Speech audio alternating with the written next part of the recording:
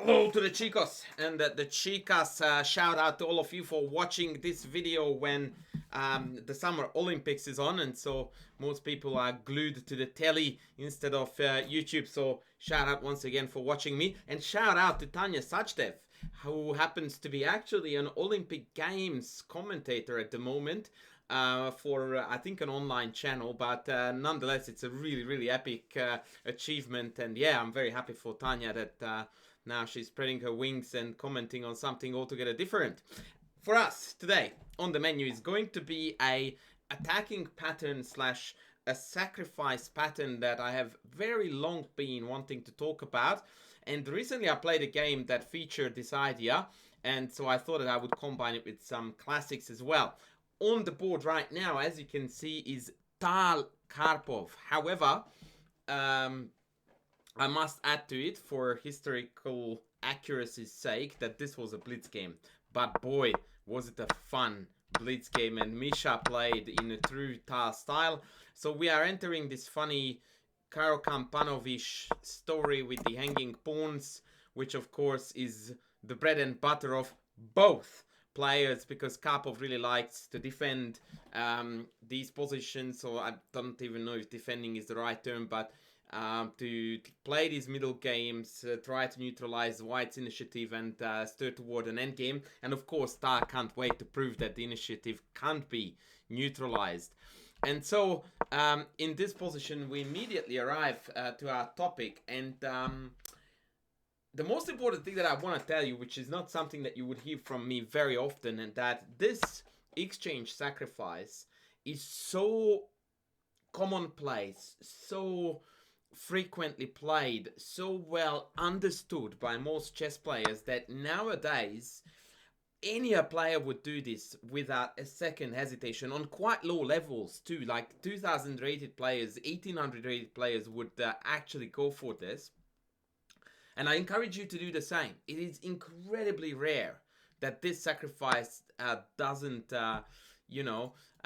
justify itself and doesn't give enough play for White or Black, depending on the situation, because it works actually both ways. There are some lines in the English, for example, where Black often gets to do the same. So the idea here is that there is no immediate benefit, and that is really the you really know that you stepped up in your level, in your chess to the next level, when you are happy to sacrifice material of in some way, shape, or form, and your first question is so what do I get back in return right now? Like, where is my win? Where is the force this? Where is the immediate, I want to win it back and some? No, you just do it, and you go like, and now good luck to you, Black, for the next 20 moves. Now, obviously, it takes a strong player, and it takes good chess understanding to just casually throw away some material, then lean back and go like, yep, and as a result of me losing 2 points worth of material, I'm actually now, well, completely winning is not quite right, but clearly better for White. And the reason for this is quite simply the fact that the structural damage around the Black King is irreparable.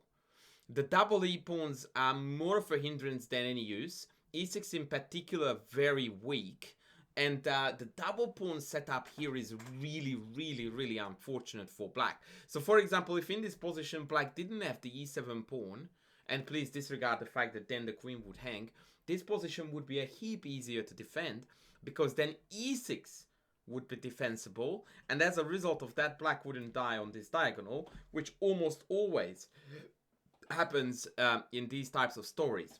Additionally to that, the h4, h5 pawn pushes, as per seen in this game, or will be seen, are very effective. Surprisingly effective, in fact. And again, the reason, of course, is to be found in the foundation, the exchange sack that forced the f-pawn away from the remaining sheltering pawns in front of the Black King. And so h4, h5 is something that Black can't ignore, and generally speaking, it comes with a lot of drama. So, bishop c4, e6 is on. I think the engine really likes c queen b3, but I really think that bishop c4 is a very healthy, good-looking move. And yeah, Tal just builds up his position textbook. And by the way, this is pretty much a good demonstration of why I always think that a very healthy way to study the classics is to follow the pattern of Morphy, Alekhine, Tal, Kasparov. Because these are the four players that you will learn the most from about aggression, attack, forward chess, initiative, everything that is fun and good stuff to do in chess. These four laid the foundations for. And here what Tal is really doing, having sacked an exchange, is just to continue the Morphy principles and bringing all the boys to the party. Look at this. This is nothing new. This is not Tal. This is Morphy. 1800s. We already knew that this was how chess was meant to be played, and he just retells his homework and A+. Yeah, 92, that's actually the first bad move in the game. Quite fittingly, it's one that is going backwards. But yeah, maybe pawn h4 right away would have been better. It's not so simple actually to find a clear path to victory. Ironically, bishop d2 also going backwards is good in contrast because it gives up the g5 square. Or rather, should I say, it allows the knight to use the g5 square from where we can attack in multiple directions. So, 92, of course, was played with the intention of going forward. And so we forgive to good old Misha.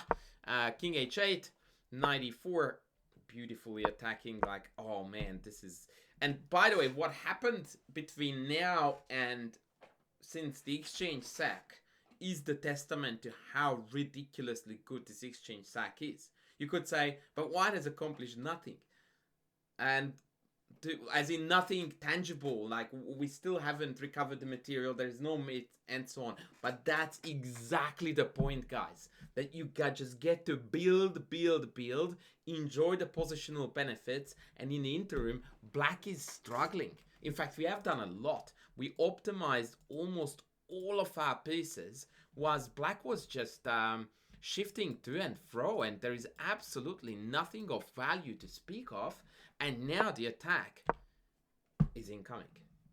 h4, h5, and we are just going to go for it. Funnily enough, Tal missed a beautiful tactic here, which is A, quite shocking, and B, quite detrimental to his situation, because the best move here is plus 4.5. The next best is about 0.6, 7, 8.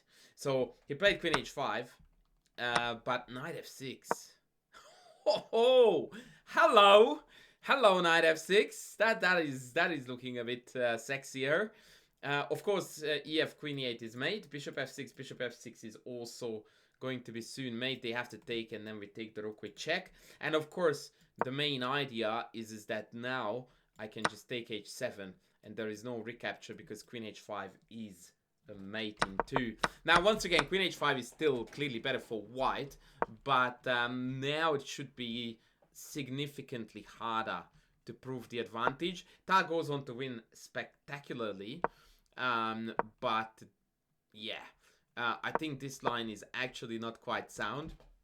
And the reason for that is a sensational defensive idea that Karpov missed, and I think most players would have missed, and that is bishop h6, 700 exclamation marks. That is just absolutely insane. Basically, the idea is just to delay the mate, so that if I take rook f7 can be played and there is no mate anymore. And now white might find it very difficult to prove that they have enough compensation and attack, whereas bishop takes h6 is similarly problematic on account of rook f7, although here the engine finds an insane draw after bishop h7, even after bishop g7 check.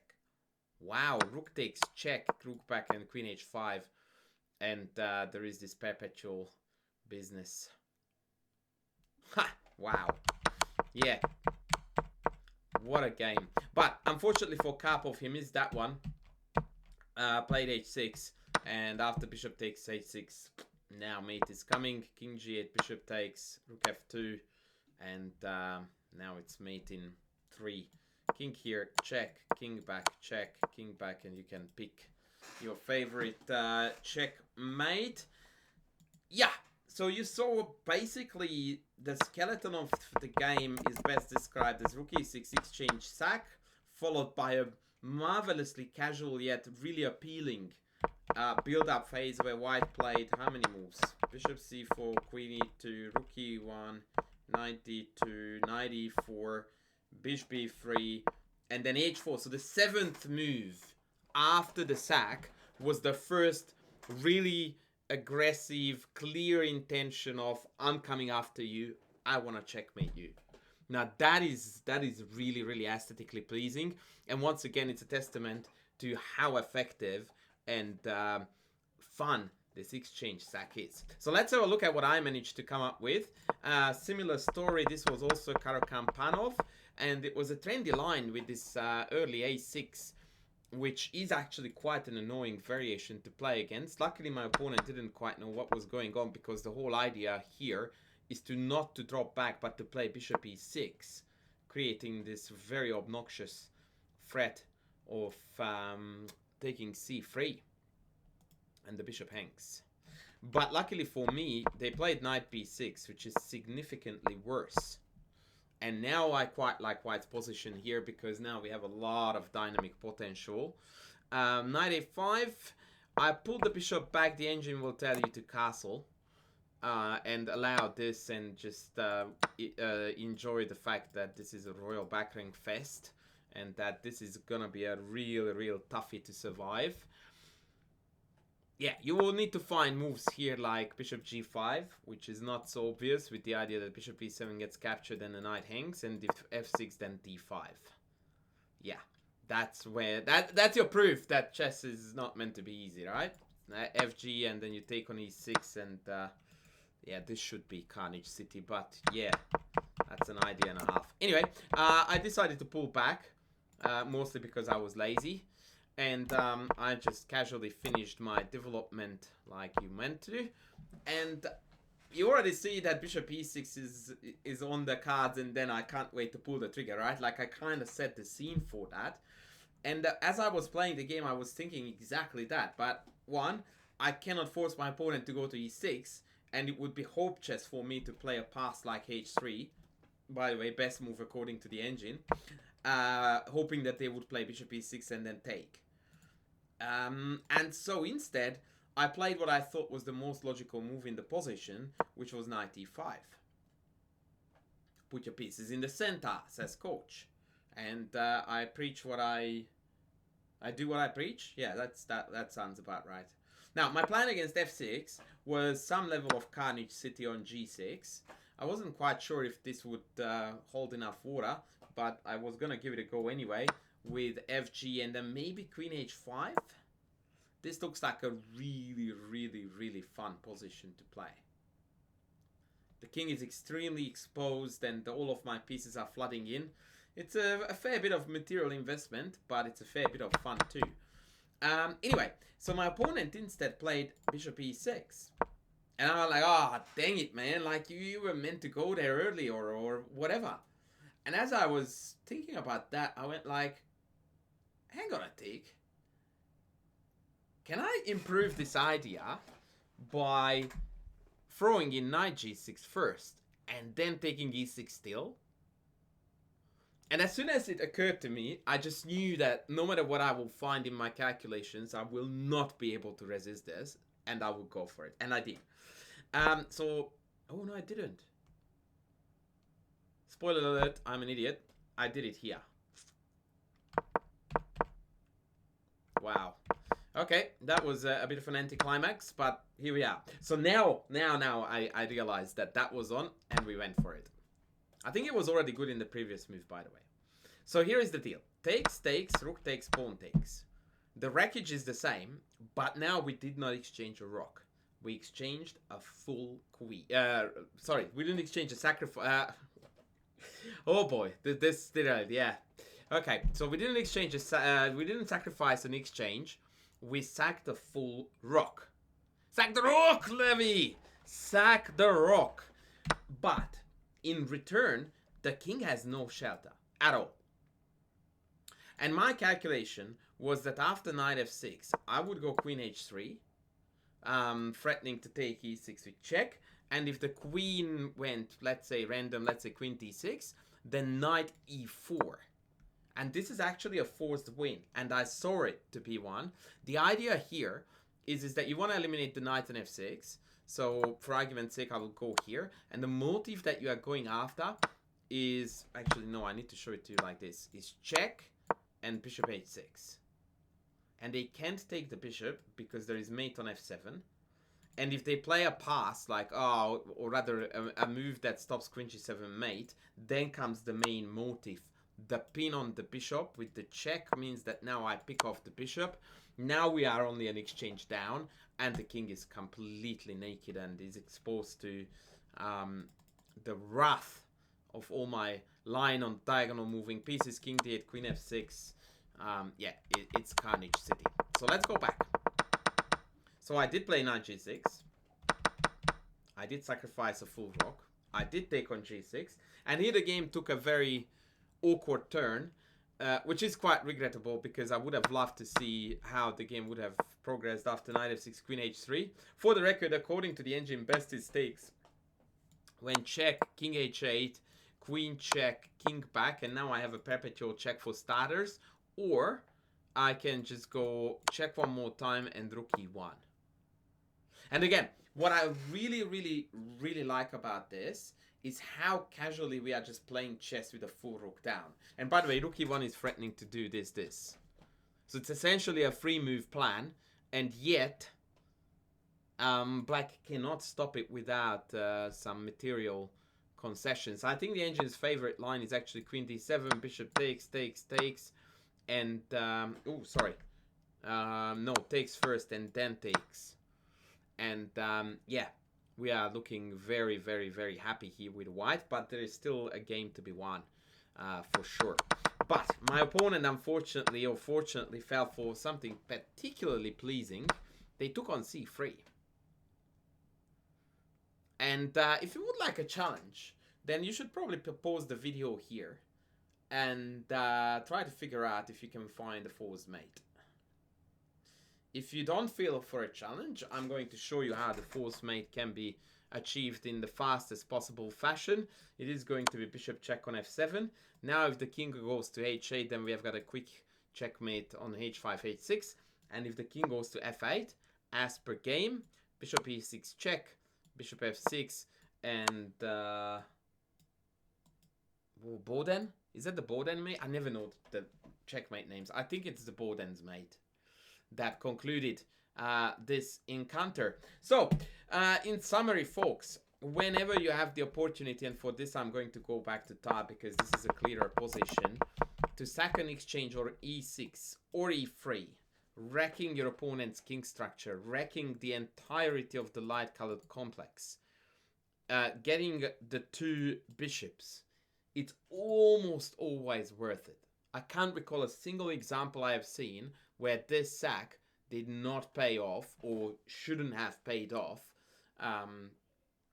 in any opening, in any context. So this is a very awesome exchange sack pattern to keep in mind, which hopefully is going to help you to win some games. And now there is nothing else for me to add than to thank you for watching this video. Please don't forget to press the like button, leave a comment please down below. You can super thank me if you like as well, and I will see you in the next video soon. Thanks for watching.